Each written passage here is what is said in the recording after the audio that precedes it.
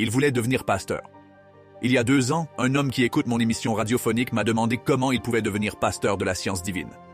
Je lui ai conseillé de se rendre auprès du docteur Margaret Stevens, église de Santa Anita, Arcadia.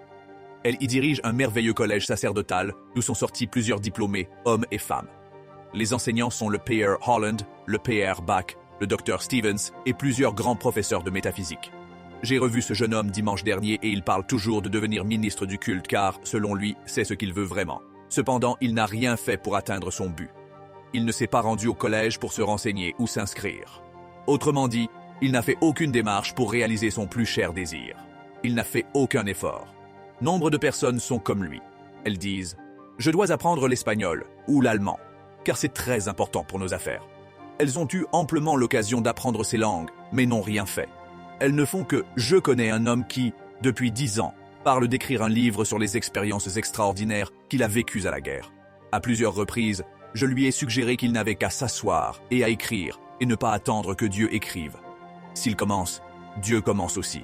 Vous êtes ici pour vivre glorieusement votre vie, donc arrêtez de rêver. Vous êtes ici pour donner vos talents au monde et en faire un meilleur endroit où vivre. Cet auteur en puissance recule et fuit l'effort nécessaire pour s'épanouir et s'exprimer d'une manière merveilleuse. Nous devrions tous écouter l'avertissement de l'ancien philosophe grec qui a dit « La seule étude appropriée à l'homme, c'est l'étude de l'homme lui-même. »